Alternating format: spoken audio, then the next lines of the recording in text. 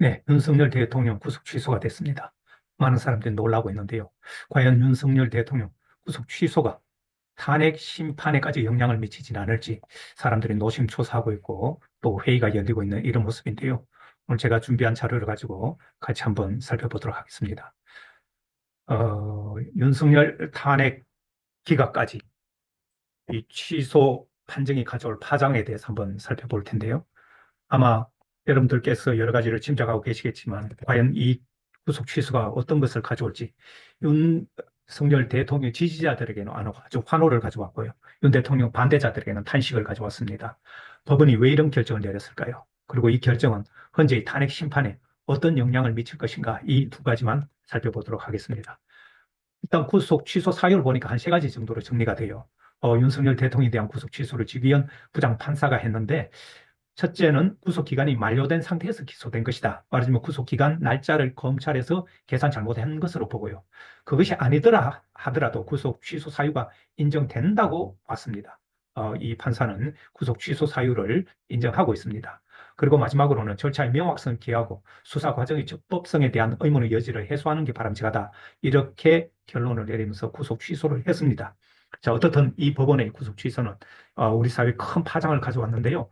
법원과 검찰의 다른 계산이 나온 걸 봤더니 윤 대통령 측은 1월 15일에 경찰에 체포된 윤 대통령의 구속기간은 1월 25일로 만료됐는데 검찰이 이로부터 하루가 지난 1월 26일에 기소했기 때문에 이것은 하루가 지나서 위법하다 이런 주장을 했고 법원에서 이 윤 대통령 측 주장을 대부분 그대로 인정을 했습니다.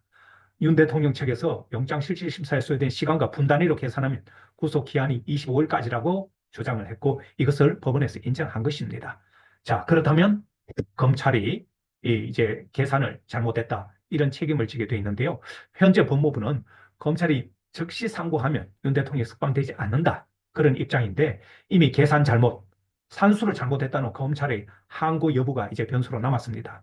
법원의 형식 논리는 매우 그럴듯하지만 사안의 중대성을 놓고 볼 때 구속 취소는 또 다른 사회 혼란을 가져오는 것이 아니냐 이런 주장이 나오고 있는데 어떻든 현재까지는 검찰이 패했고 윤 대통령 측의 승리로 오늘 이런 결과가 나왔다 이렇게 보입니다. 자, 중요한 것은 현재 탄핵 심판에는 어떤 영향을 미칠까 이런 것입니다.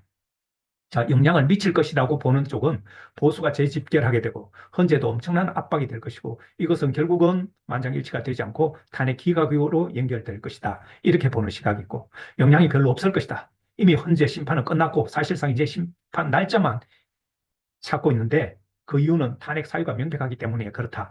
이렇게 양측의 주장이 엇갈리고 있습니다. 자, 저는 어떻게 보느냐? 법원의 구속 취소 영향으로 세 가지를 저는 예측하고 있습니다. 우선 앞으로 사법적으로 법적 절차적 정당성 확보에 굉장히 노력을 해야 될 것입니다.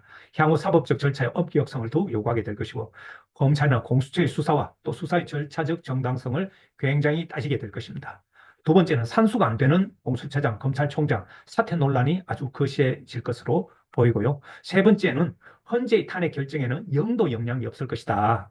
이렇게 보는 이유는 구속 취소가 되더라도 탄핵 사유는 전혀 변함이 없고 여기에 영향을 미치지 않는다는 것입니다.